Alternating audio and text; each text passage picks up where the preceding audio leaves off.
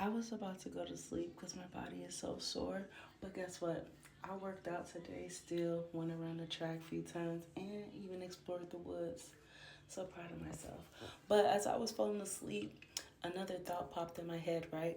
Have you guys ever, and I mean ever, if you haven't, just go feel free to do so, right?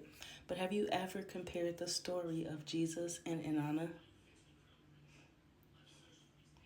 And if you have, do you notice how relatively similar those stories are?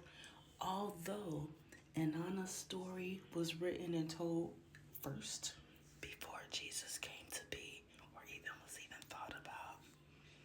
So, and I'm not going against people that believe in Jesus. My spirit team showed me how to navigate, everybody's beliefs, right? Not just my own. I can adjust myself to what you believe in too, right? And not lose my core understanding or my core principles, right? Just because we're on two different frequencies. But if Anana's story came first, but it's very similar to Jesus, almost as if it was adopted story, kind of what America do, adopt and reclassify. But but wouldn't that mean that Jesus is a principle? Like a doctrine as in principle? And then think about the other term, principal, right? The principal inside of a school. Who does that principal govern? Students, right? Who did Jesus govern?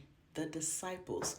A principal, disciples, right? Or think about, oh, Jesus came out of the nebula, because that's where all the stars and constellations, suns and moons, they all come from the nebula, from the nothingness, from the everything, but they come from the nebula, all celestial bodies, right?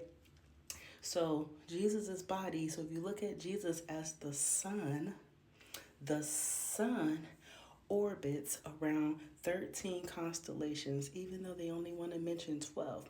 But the sun orbits, right, around the 13 constellations, 14 if you include the moon, or the moon follows the sun, because the sun needed to be watched. But however you want to look at it, the sun, Jesus, walked on water.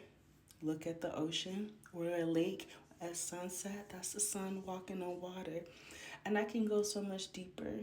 But I've already compared the story of Jesus to the Anunnaki, Roman mythology, Greek mythology, Assyrian, Sumerians. Like, it's the same story being told over and over and over, even down to when I get to the chakras and I'm thinking about Buddha. Jesus come up again because it's a principle.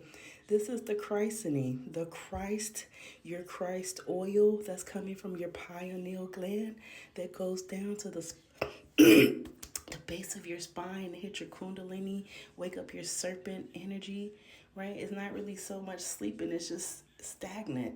I won't even say it's sleeping. It's just waiting for some hydration. It's thirsty. But once your pineal overflow and excuse me, and those oils go down and drip through each region, I can go so much deeper even with that and break some of these Bible stories down. But I'm not telling you what to believe in. I'm just asking you to open your eyes. We don't use all of our brain. We don't even use all of our DNA. And that's just the truth be told. But nobody's going to tell you that either. We have so much stuff inside of us that we don't even tap into yet because we're too busy thinking that all that is all that is, but it ain't. It's just a little part of a bigger picture, really. I don't know why this got me so excited. But when I met Inanna, and I don't, hide no secrets. Like, I talk to spirits. So what? Ain't nobody finna commit me.